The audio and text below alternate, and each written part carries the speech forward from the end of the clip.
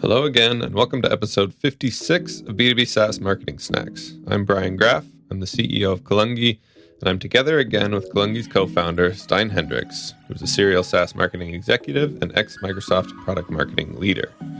Today, we're going to talk about going from A players to the ones you can afford. Basically, at large companies, you probably have fully staffed, very talented teams. But what about small to medium companies? What if you're bootstrapped? Then your resources and budget can be much more constrained. So how can you maximize your impact within that environment? What traits should you look for when you're hiring? Focusing on the right areas will save you immense time and frustration and will ultimately be the key to you and your company growing successfully. Because at the end of the day, your success as a manager and company is much more about hiring the right people for the right roles than it is about the tactics they'll use to be successful. Let's get into it. Thanks so much for joining, Stein. I know from a new, sunnier location, but thank you again for taking the time.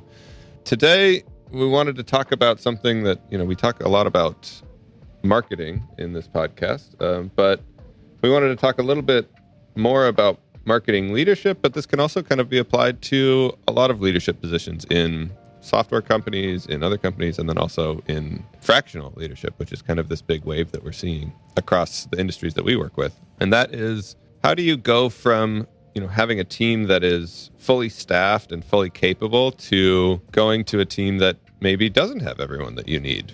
And maybe, doesn't have all the A players, but you still have to field a team, right? You're going from baseball analogy that may or may not be right, but, going from the New York Yankees to the A's, right? And fielding a team that maybe isn't all star players, but still needs to get to the job done and still needs to get to the World Series. So I know, Stein, you have a ton of experience with this, but I thought it could be useful for our listeners. Yeah, it's actually a topic we haven't talked about a lot. I started my journey as a leader in relatively smaller software company startups after spending the first half of my career at Microsoft. And one of the things that you get very comfortable with at Microsoft and almost a little spoiled is that you work with a lot of really, really smart people. And it doesn't mean you're better in every scenario. And I found that out very quickly. One of the things that we did at Microsoft a lot of is interrupting each other and competing for attention and for resources. And we have a lot of very smart people. That's not always the most efficient way to get things done. But of course, when it comes to ideation and creativity and individual, just enormously, sometimes surprising good performance was something we had in spades at Microsoft. So when I left and started my first startup, having to hire the first 2, 3, 4 people that may not have been the same level of education or the same level of drive or, being able to pay them the same as the types of people I worked with at Microsoft or that were in my team at Microsoft was a big change. And not better or worse, it was just very, very different. So I think today, let's talk a little bit about what I learned on how to optimize for that different, both reality, but also the different needs you have and how you then also adapt your leadership, your management style, the systems that you use to support your team.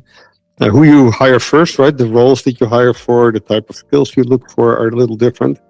And of course, your experience, Brian, is maybe even more relevant because you've been really in those shoes as a young, early stage CMO from the start. And you've had, I know, your own version of, having to do a lot with a little, right? With a very small team, with people who had not done everything before. So yeah, it's a great topic. Yeah, absolutely.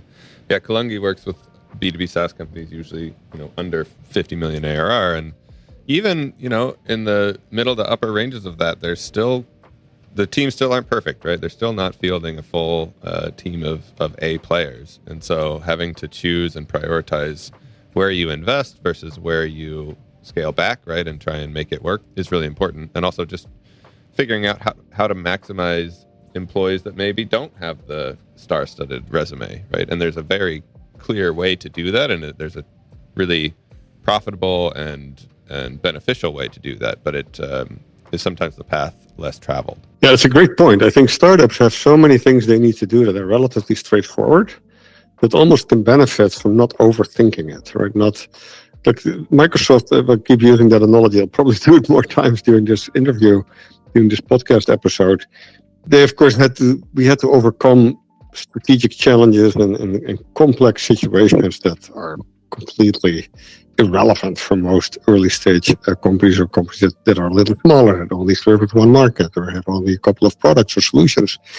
So even, that skill set that is required to think about very complex interconnected challenges is not only not that useful, it can actually be detrimental for a startup. You can get into like analysis paralysis and all kinds of resource drain that is definitely not always good. Yeah, and just to touch on that a little bit more, the skill set that's needed to take from a company from 50 million to 100 million is very different from the skill set that's needed to take a company from 0 to 1 or 1 to 10, right? So it is really worth thinking about that when you're looking into hiring. But let's maybe we start small, right? Let's start with maybe you are the sole employee in a company or the sole employee in a division, right? Let's start with the startup phase, right?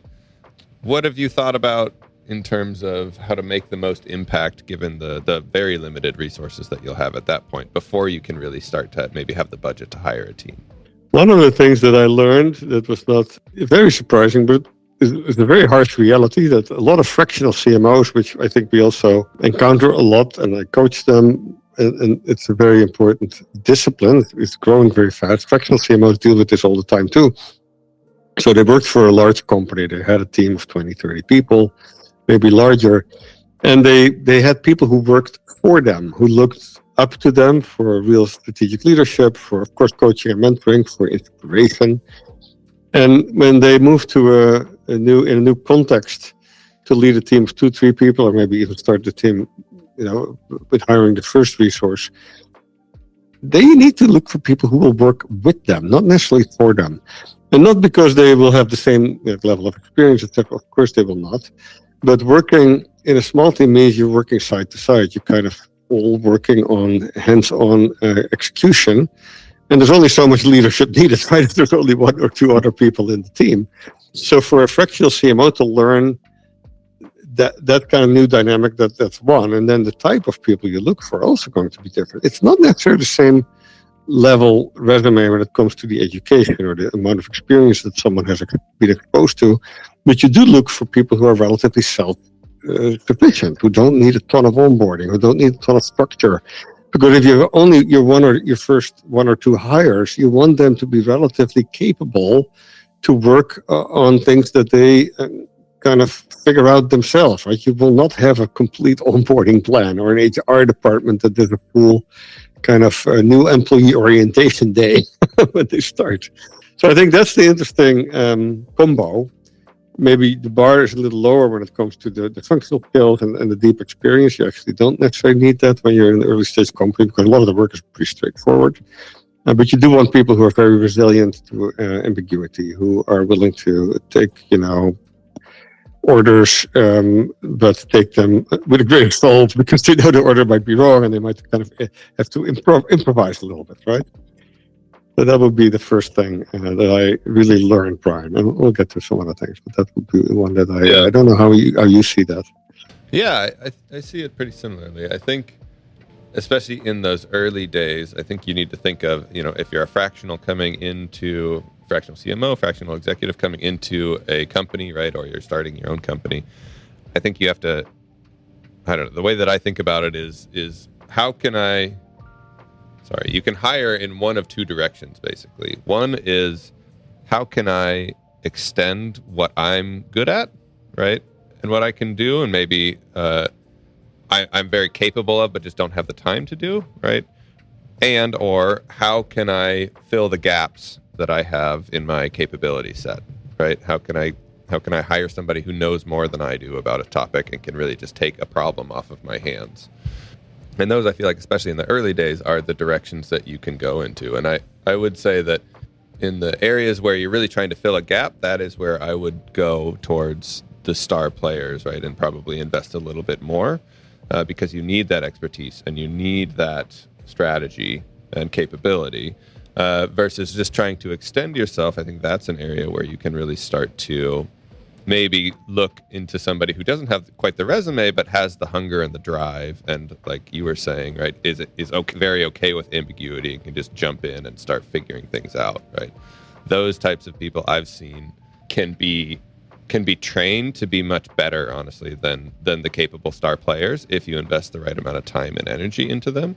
But that you do need to invest that time, or else it will be a failed experiment for both of you. Yeah, a term that I've heard a lot used in like founder circles and early stage coaches and investors is the T-shaped marketer, right? The person who's able and willing to do 5 different jobs and do them all relatively good enough, but not necessarily at the top level of expertise. I'm not sure if I completely agree with the concept. I think in practice, you're looking for people who are willing to become T-shaped. You're not going to be able to hire a T-shaped marketer if your budget is limited and you have relatively, little, yet to offer as an early stage small company with a small team. So you're not going to find someone who's done a lot of HubSpot work and they're decent in content marketing and they've done some, work with designers on Upwork to get good brand work done and on the side also run some Google campaigns. It's going to be hard to find that sort of master of all trades, but you can find people who want to do those things, who learn 2 or 3 of those while they may have done 1 or 2. And I think, so I was always more coaching practical CMOs when they hire that first team. Look for people who are willing to become that T-shaped marketer and have at least 1 or 2 of the pieces. So that there will be a better description for what I think of as an ideal job or a candidate profile. Yeah, absolutely. I mean, they just need to be able to. They need to be hungry. They need to be able to grow or want to grow, right? And they need to have kind of a base skill set that can support that growth, right? Maybe somebody who's an English major and likes to write poetry, as a hobby, may not be the best automation expert, right? But somebody who has a background in computer science, right?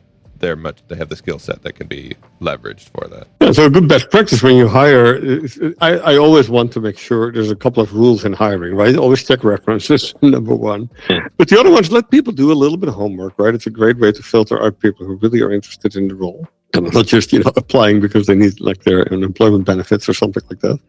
But let them do a little bit of work that is maybe outside of their comfort zone, right? If they're in their resume clearly experienced doing content marketing, then don't necessarily let them do a writing assignment, but ask them, hey, how would you measure the success of content marketing? And even if you've never used Google Analytics or just using a couple of YouTube videos, how would you go about setting up a simple dashboard, right? Or if they're very good at the data side of marketing, ask them to write something, right? Or, there's all these, I think, tests that you can develop that allow you to say, hey, if I have only 1 person I can hire, the first person I can hire on my small team, is this person going to be that Leonardo da Vinci potentially who's willing to take on multiple disciplines? Yeah. Typically, whenever I hire somebody who is in a remotely strategic role, I'll usually have them do a combination of things. One is write a blog. The other is build me a strategy for their discipline, starting from scratch and getting to a specific goal, right? So they can show me their thought process. And then the third is build a hypothetical dashboard in terms of what the KPIs are that they would be tracking to hit that goal. I've found that it really helps to weed out underperformers, but also really highlight the ones that I want on my team, because it highlights their ability to build the strategy, think about the roadmap to get there, and also present that in a compelling way. So that's worked. One of the things I've also been always a big fan of is using a lot of interns. And intern, of course, is a term that is used in multiple ways. But when I say intern, it means you manage expectations with someone that is not a full-time, long-term job. It could be a full-time engagement, but it's definitely not meant to last longer than a couple of months, or at least the work you're asking someone to do. And they're going to be paid partly in the firm of experience, right? The amount of things they will learn.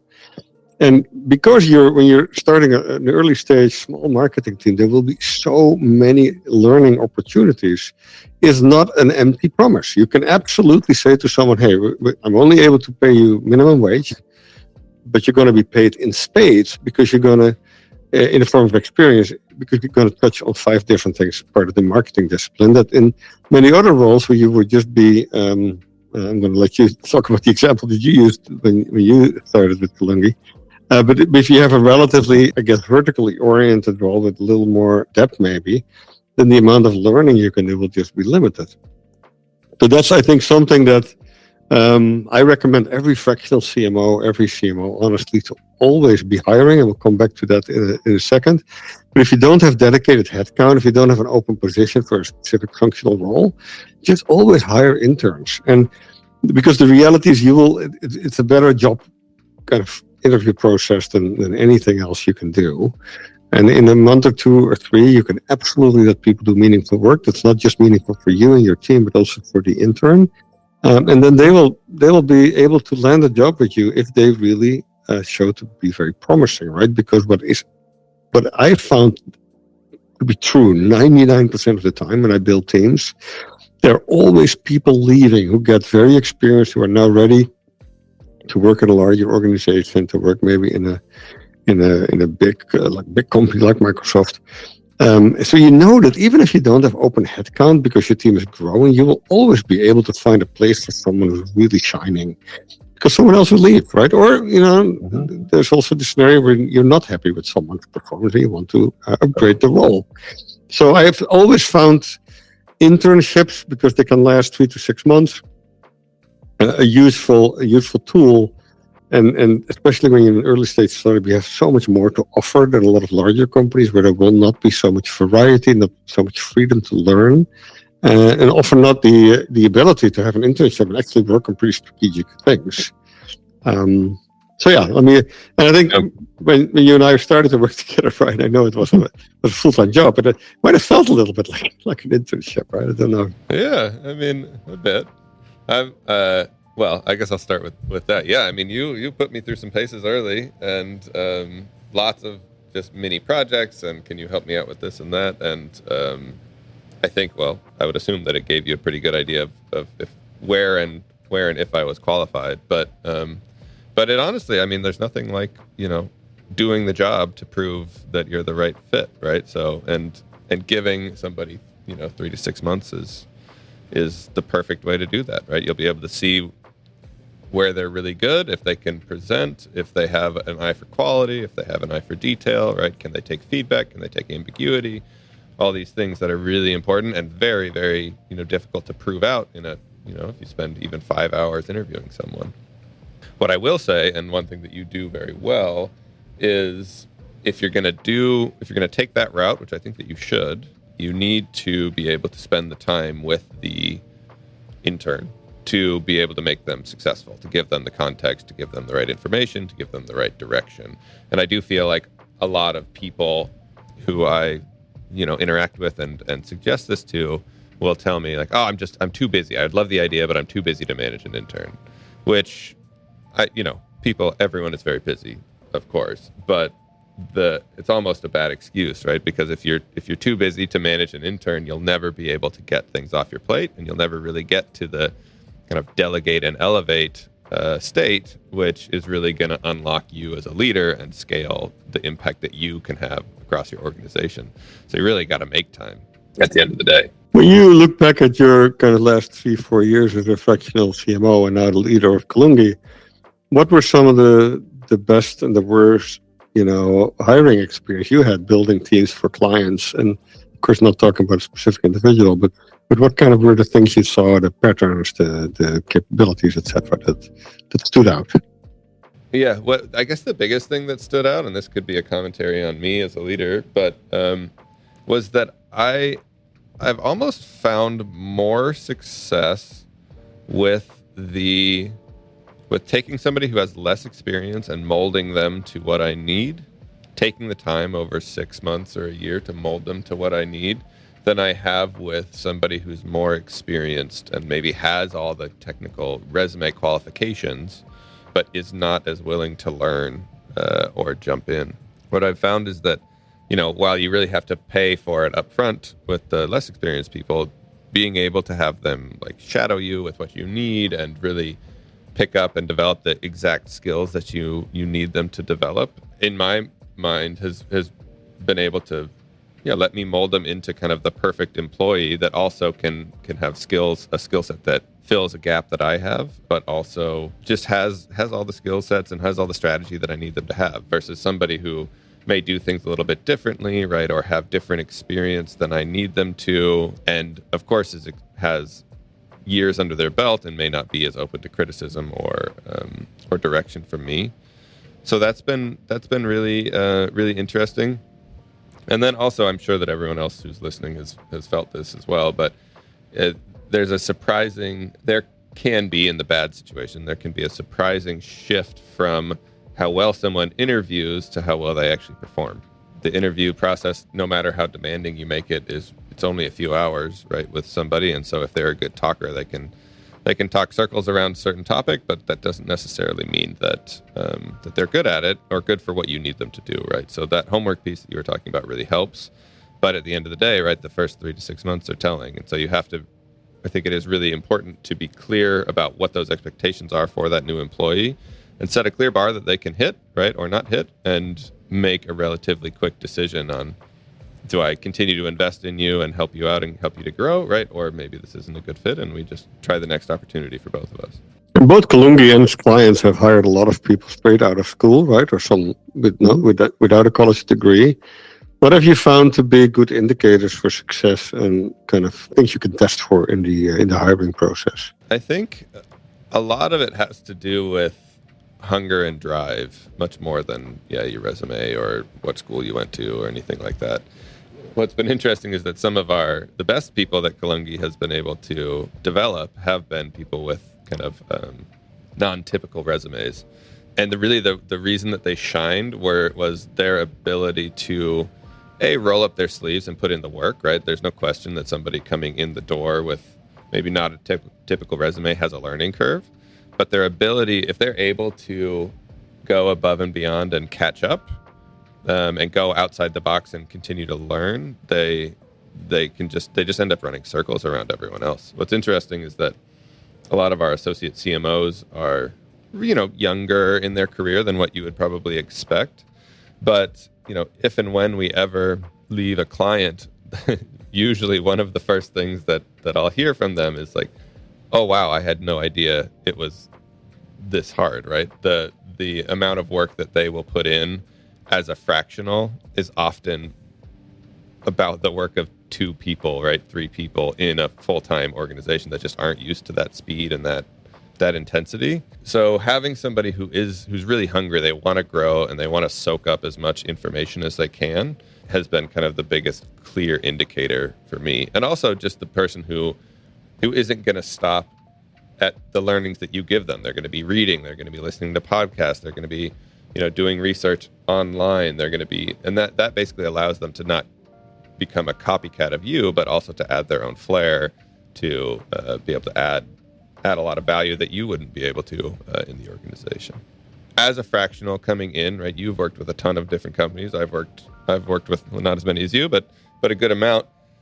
I feel like as a fractional marketer, a fractional leader, there's often a point in time early in the engagement where you're coming in and you're taking over a small team, right? So we're leveling up slightly in the size company that we're working with, but you're taking over a small team, and usually when the fractional leader comes in, it's kind of an inflection point within the organization and kind of a time of turmoil, right? The leader before you has just left.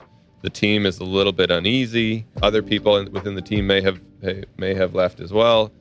How do you go in and take over, a team like that and A, make sure that they're motivated, but B, make sure that you get the most out of them, that you have the right people for the right roles, and that you can really be successful, especially as a fractional who can't spend their entire time on that company. One of the things I learned relatively early in my career at Microsoft was situational leadership, and I think I took that course multiple times over the course of my career. It never gets old. And although at Microsoft it was very useful, especially when you're a young manager who's getting, into leading larger and larger teams, it's extremely useful material. What I found though later is, especially when you run smaller marketing teams, you're building new teams, this set of management tools is more applicable than anywhere else. If you have a team that's like going from 0 to 1, you're going to have a lot of people who are going to be in a situation, hence situational leadership, where you need to be a teacher, when you need to show them. So for just a quick recap on what situational leadership is, basically is this application of different leadership styles, a more hands-on approach where you're more teaching someone or showing them what to do. When people are very early in their capability and their confidence of doing a job. And then as they get more capable and as their confidence grows, you adjust your leadership style. And it's sort of, there's 4 steps basically. The first one is when people are relatively confident actually because they don't know yet how hard something is, but they're not really experienced. They don't have a lot of capability. In the early stage of situational leadership, someone is basically new to a role. You are required as a leader, as a manager, to if you want to be most effective, to do a lot of showing them, right? Showing them how it is done. Be extremely, almost micromanaging maybe is too negative a word, but be a very hands-on teacher, if you will, but not just teach, but almost take the pen and show them, the work and show them how to do it. So that's the first step. You show them how. And then as someone gets more confident, you can sort of start more encouraging them. But there's a step that happens before people become more confident. They usually become more capable first. So when you see that happen, someone actually is trying, you showed them how to do it, and they actually start to get better. Their confidence usually doesn't go up as fast. So they're still relatively insecure, but you actually see that they're getting better. And then the second stage in situational leadership is to be more of a coach, encourage them. And I like to say you kind of, the first step is you show them. The second step is you basically say, let me help you. I'm still here. I can help you if you need me to, but I think you can do it on your own. So that's the second step. And then the third step is when the confidence also starts to go up. So now the capability is still not perfect, but the confidence is getting higher. And you basically say, well, I'll leave you alone for a little bit. But if you need me, I can come over and help you. So, but let me know. Let me know when you need help. That's the third step. And then the fourth step is when people are both very confident and very capable, when they basically don't want you around anymore, then you got to basically say, hey, let me know when you're done. don't ask me for help anymore. You don't need to. You're capable and confident. But if you are done, I want to know. So these 4 steps, right? Let me show you, let me help you, let me know when you need help, and let me know when you're done. And applying situational leadership is not actually that hard, but it does require practice. And when especially fractional CMOs who have maybe been in more mature organizations where they work with a lot of people who are both capable and confident, and now they're leading a small team of relatively young, inexperienced marketers, they're not used to spending a lot of time onboarding someone or giving them a lot of very detailed instructions on how to do something for the first time. And I think you need to be able to do that. When you're an early stage marketing leader or actually CEO or founder, your job is partly to teach the new, young, relatively inexperienced people that will be on your team. And it will just make it so much more effective. Right, so it's kind of also for senior marketing leaders who are new to leading a smaller team. It's a huge, interesting development area. Yeah, absolutely. I've seen you do this really well, and it's really helped me to take over teams effectively and just to lead people within Columbia. Situational leadership is one of those things that it applies in every situation and at every level. What is interesting, right, is that situational leadership is it's a task-focused framework, and so it doesn't matter how experienced someone is or how many years they have or how much they get paid, right? Depending on the task, they can absolutely be an S1, which is the first category or the first quadrant of that matrix.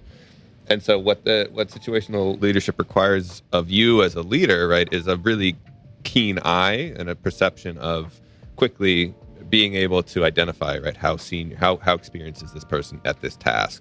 How much do I need to lean in?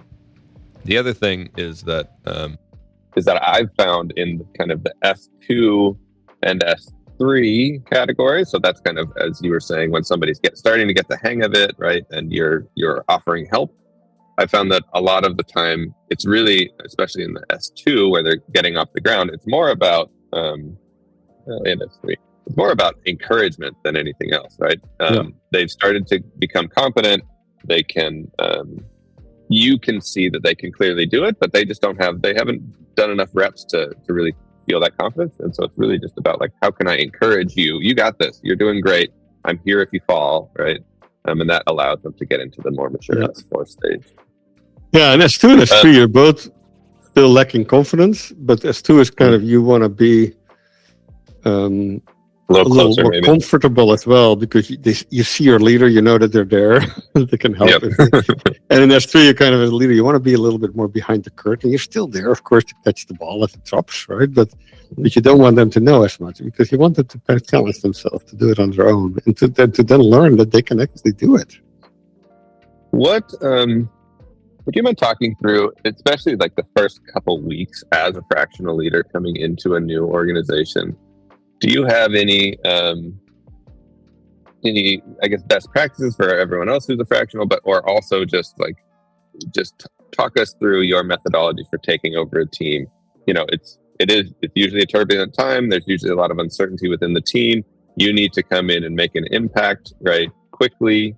How do you go about like sharing your vision with the team and motivating them, you know, from day one?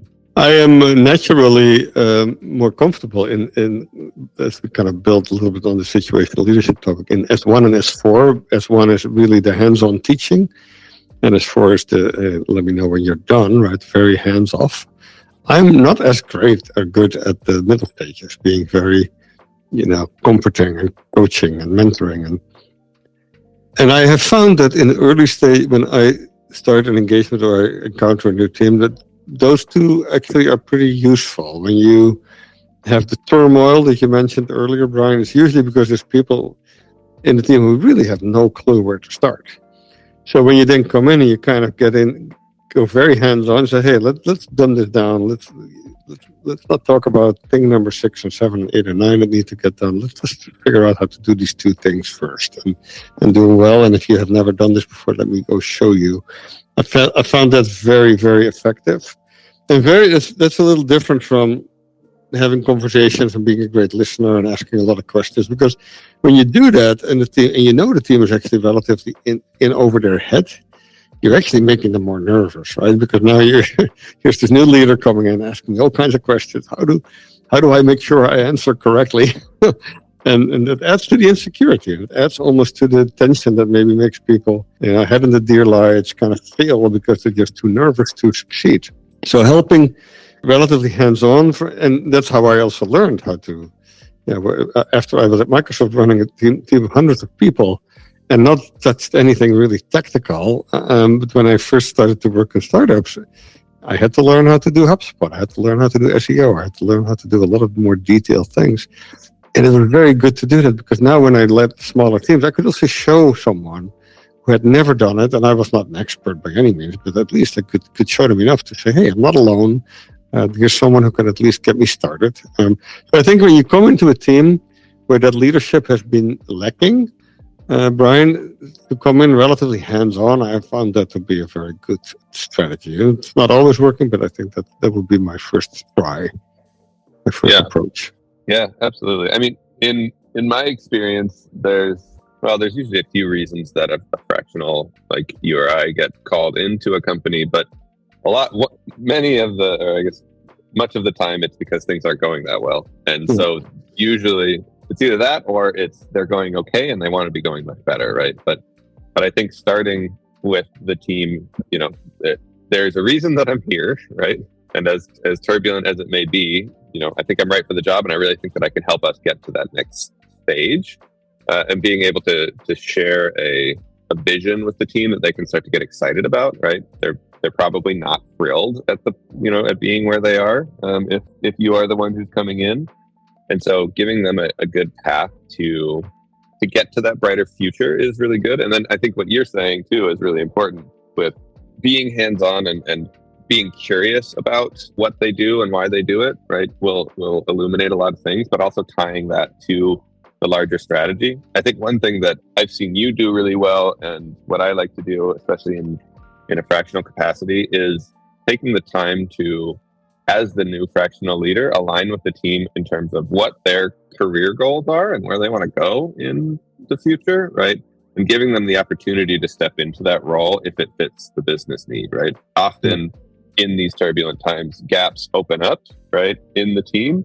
And it's a perfect opportunity for somebody, like we said, who's hungry and who wants to really jump in to take on more responsibility and take a step forward in their career path with somebody like you or I being that hands-on support to make them really successful. And this, again, this helps them progress in their career path, but it also helps us, right? As fractionals, we can't spend, we have to be careful with the amount of time that we spend. And this allows us to kind of delegate and elevate, but also to make them successful and to make the rest of the company successful. So I found that kind of initial progression is really helpful. Also, as you were saying, right, it's a tough balance, but as a fractional, especially coming in, you have to get to know what the team's doing and where the gaps are pretty quickly. But I think coming at it from a place of curiosity rather than kind of the inquisitor has been really helpful for me. I don't know, you recommended this book to me, Turn This Ship Around, but the way that the leader goes about, switches his mentality from like, I'm looking for mistakes to show me how you do things, I want to learn from you, allows for a much more fluid conversation and really gets to the heart of problems much better, I would say, than that initial inquisitor approach. So I've found that to be really helpful. Yeah, let's stick with the theme of time of turmoil a little bit. When you're brought in as a consultant, and most fractional CMOs are not just brought in because they need the fraction of a leader. It's usually because they also look for someone external who has maybe a fresh set of eyes, who's able to help them with some structural challenges. And usually these are people problems. It's very seldomly that the consultant gets called in and there's not an issue at the team or the morale or kind of the organizational level. So I'm glad you brought up the word curiosity. Very, very powerful, right? I think pairing the right level of curiosity and genuine interest in kind of what is the journey that someone's on, what journey are they trying to be on, is very powerful if you combine that with the right level of teaching and hands-on experience. Yeah, Turn the Ship Around. It's a great book. I think the other part of that, the learnings of what's the name of the officer who wrote it? But I think one of the things he does is he also wants to be relatively proactively informed about what's going on. Right, and the book is mostly focused on leadership on a nuclear submarine. And even though he's not the one, of course, loading the torpedo tubes or pressing the torpedo launch button, the captain needs to know if the torpedo launch tube is not completely ready to go. And he doesn't need to know that when he needs the torpedo tube, he needs to know whenever it's not ready. And so someone who's lower in the kind of the hierarchy of command needs to be very open, constantly in informing upper leadership up to the captain of the state of affairs. And I think if you instill some of that in your early stage young marketing team, it becomes so much easier as a leader to be available and be there and help out and offer support and training and teaching, etc. when maybe people wouldn't ask for it, right? Because I kind of have to do this on my own, right? And then you can say as leaders, no, you don't. You have never done this before. Let me show you. Yeah, I love I just looked up the authors, L. David Marquette. I really loved he had his team use the phrase "I intend to" a lot, and that has opened my mind quite a bit to kind of the possibilities. And he was able to really, and this is a nuclear submarine, so much more complex than a marketing team, right? But he was able to build a culture where he, as a leader, had to do relatively little. But what he was able to do was to know everything that was going on because he built that culture of I intend to across his team, and was able to spot potential issues early, and just with the 1 degree tweaks was able to create very good outcomes in a scenario where if he didn't know enough early, right, he would have to make big changes at the last minute, which everyone I'm sure listening has been through, right, and it's not a fun experience. What is tricky when you're a fractional CMO or just a senior marketing leader is that the I intend to communication rule, where basically people don't ask for permission. It's but they also don't have to ask for forgiveness, because the moment you make sure someone is aware that you're going to turn left or turn right, then whoever is in charge can always comment, right, or say their piece. And that is not the same as micromanagement, right? Mm. And if you as a leader are constantly trying to do the people who you lead to do their job, that's not very productive. But asking them to always inform you of what they intend to do allows you to step in and help out when that's really appropriate without having to micromanage. And what you'll have is, especially in a young early stage team, is there's insecurities, right? Some people will be uncomfortable saying, hey, I intend to do this or I intend to do that. If they don't feel sure about that decision. So you also have to put an emphasis on that's a very safe environment, right? That there are no things that people can do or intend to do that are wrong, as long as they communicate about those. I think if you can instill that as well as the situational leadership style across your team, I think that they will it's not a silver bullet necessarily, but it's pretty close, right? That helps to align them on moving in the right direction and giving you the right level of visibility to make sure that they're successful. Two other pieces that I think are probably worth talking about in terms of taking over a team and making sure that they're successful. One is just touching on setting the right bar for the team, right? Even the most inspiring speeches will end up fizzling out if the team doesn't have the right path to go down to make sure that they're successful. And then the other one is less fun, but still important, right?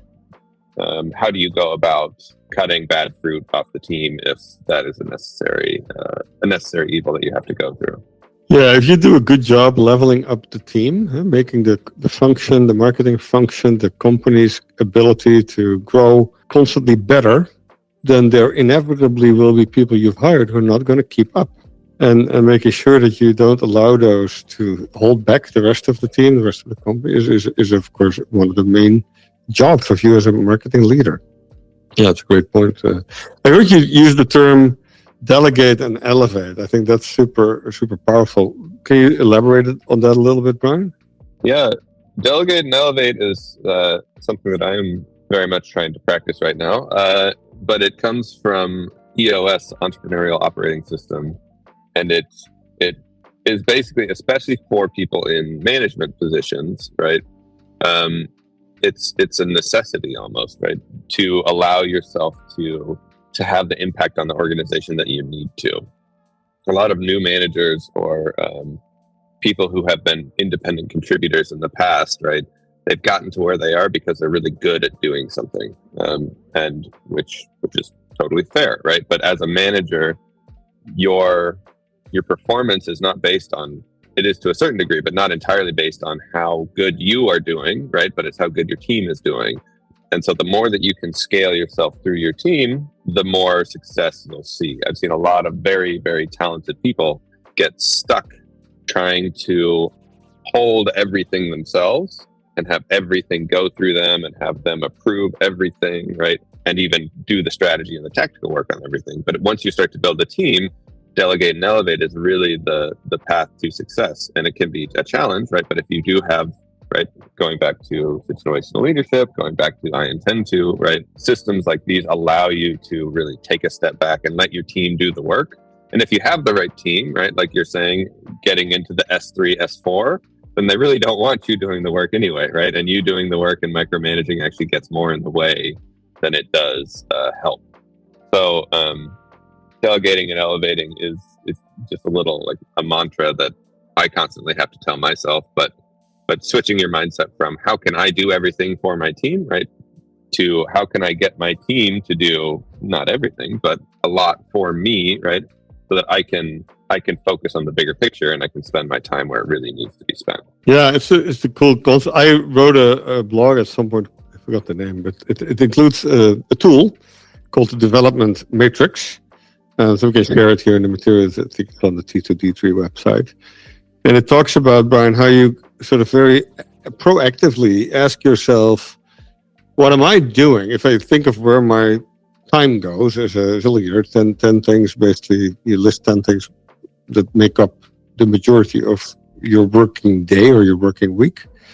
And you assess, you kind of rate yourself in two ways. One is, how good am I at? What's the output of me doing this work? It's not necessarily how experienced you are at doing something, but really, how effective are you at it? Because even if you're very good at something, because you learned it a long time ago, if you've done it, doesn't mean you're still doing a really good job. Because if you got bored with it a little bit, maybe the performance has actually gone down. And that's kind of the second dimension. How much energy do you get from doing that specific task? How much fun is it, if you will?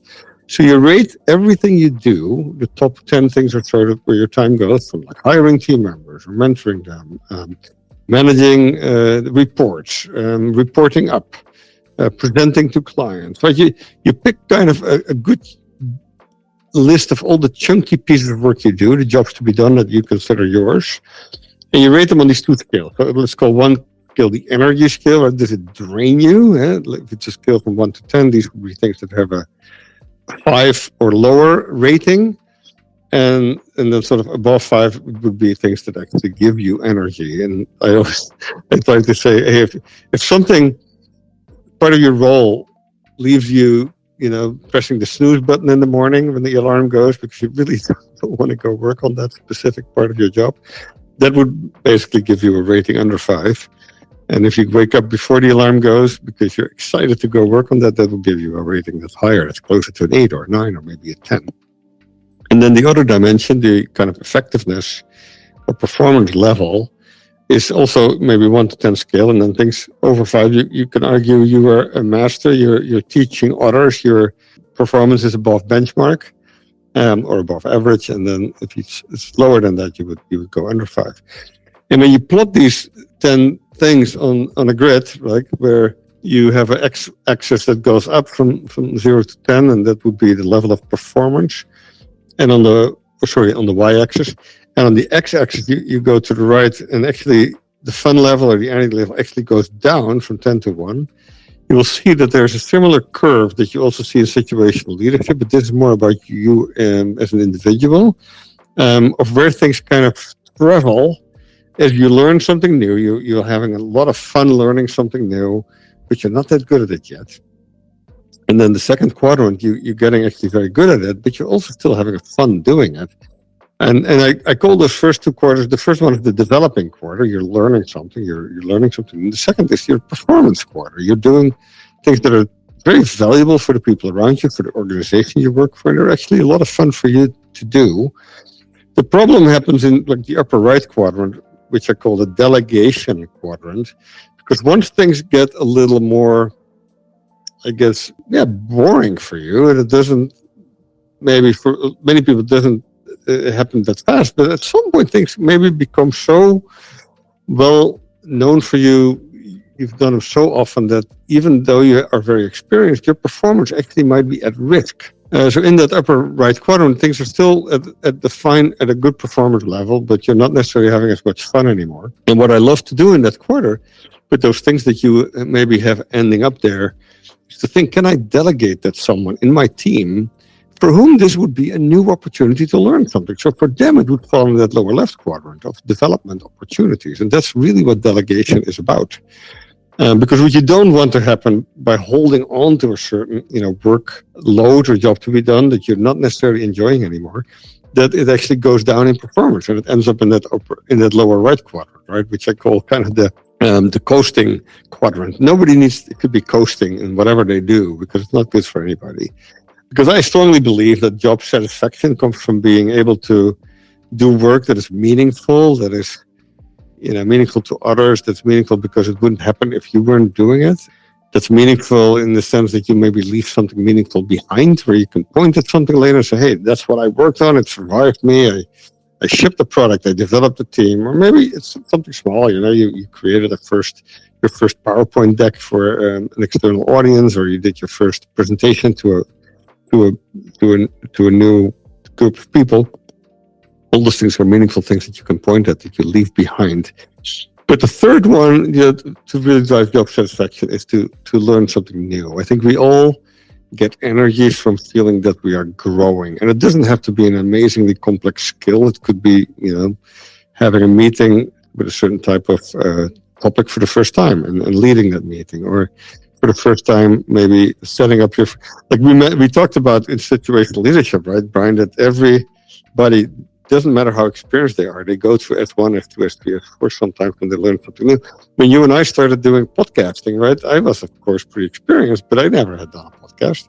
So I was very happy that someone 20 years younger than me gave me a really S1 treatment and said, hey, Stein, this is how you set up your audio. This is, don't speak into the microphone like X or like Y, and make sure that you have good intonation and you don't speak too fast. And not that I listened to all that advice, but it was super helpful to get that type of coaching early on, because for me, that was something I was learning. And I had a lot of fun doing it, but I was also insecure about it. Right, so it required S1 leadership. But back to the development matrix, it was an opportunity for someone to teach me and then delegate me the responsibility of doing something new. That for me was a lot of fun. Yeah, I just wanted to build on your delegate and elevate comment that there's tools, there's frameworks that can help a young team member, level up, and the leader, the fractional CMO, use those tools to be very, organized around that, have a very specific approach. Yeah, I mean, delegate and elevate can be an intimidating prospect, right? With how broad it is and how it can be a large goal to take on. I do think that the development matrix is a fantastic way to break that out into bite-sized chunks. One thing too that is interesting to me is that while situational leadership, but also the development matrix they're always in flux. They're always moving, right? People are always moving up and down those curves as they progress throughout their capability and become stronger, right? They're always changing. So it's not just an exercise that you do once and then put away forever. It's something that you always need to be coming back to, particularly depending on the speed of the company that you're at, right? If you're at a startup, then things are moving very fast. You might need to do that every month, right? And then as they become more mature and responsibilities kind of stabilize, it may become less frequent. But it is something, it's always changing, and it's something you always need to be looking at. This goes back to, we were talking about who you want to hire. This works really well with hungry employees, right? People who want to learn, who want to grow. It's a win-win, right? If you can do this, you getting things off your plate to them makes them excited and makes them happier about their job and makes them more motivated, right? So you get to do less, they get to do more, and they get to be happier about it.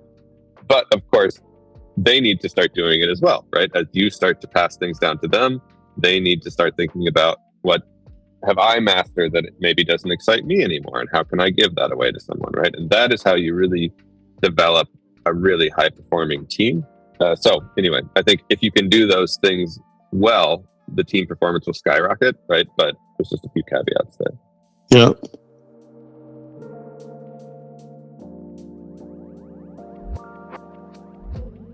So let's take a step all the way back, right? And say that you're a fractional for a brand new company, and it's you and the CEO and 2 other executives, right? How do you scale yourself appropriately so that you can make the most impact, right? Like, what tools do you use? We like to use the acronym STOP, right, for templatization. How do you make the most of your time? And this becomes particularly important as a fractional, right, where you're not even spending all of your time on one project. Yeah, no, it's I think the STOP acronym that one of our colleagues came up with, Fadi George, STOP stands for standardize, then templatize, optimize, and then productize. And when you're building a team with a very small set of resources, when you, for example, want to do content marketing, there's no opportunity to be missed when you're working with customer success and they talk with clients to make sure you have a process in place and you standardize it, and so that every conversation they have can be turned into content. And sort of what you do as a fractional team is create a template for that, and then you, based on how people use, you optimize that, and before you know it, you're productizing the customer success conversations into your content marketing engine and potentially even your product features that you develop. So that's one. Just allowing yourself to build up the skills to scale through templatization, productization, etc.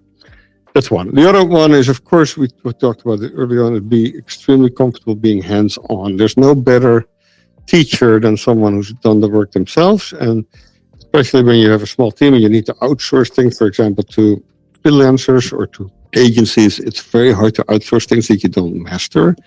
So as early stage fractional CMO, you have to do the job yourself as well as anybody before you, I think, can both hire for it or outsource it. That will be my second pillar. And then the third is that it's very tempting when you have a small team to get drawn into the very tactical execution operation, which of course we talked about is often needed, but to get drawn into those things before you do a little bit of what we call the big M marketing, right? The positioning, the personas, who's it for, what's it for, to make sure the relevance of what you have to offer this is very, very clear to you, so that you can make it extremely clear for the couple of people in your team who are going to build content and are going to build campaigns. So I think those three things for me will kind of set up a fractional CMO for success, if that makes sense, Brian. Okay. Let's call it there. Okay. Well, thank you. It's a great conversation. I'm glad we talked about this was more to talk about people development and a bit for small teams than, hey, who do you hire? What roles do you hire? But I think it's extremely important for fractional CMO specifically to learn these things very early in their fractional CMO career. Yeah. I think implementing a lot of these practices will help just to take a lot of the chaos out of the early stage of being a fractional leader at a company, and will really help you to think about teams in the right way, right? Like, who do you want to hire? Who do you want to keep around? And how to motivate them to really attack the goals that you need to make progress on quickly. So thank you again for your time and insights, guys. Thank you, Brian.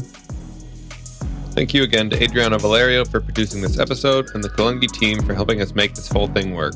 And of course, you for choosing to spend your time with us.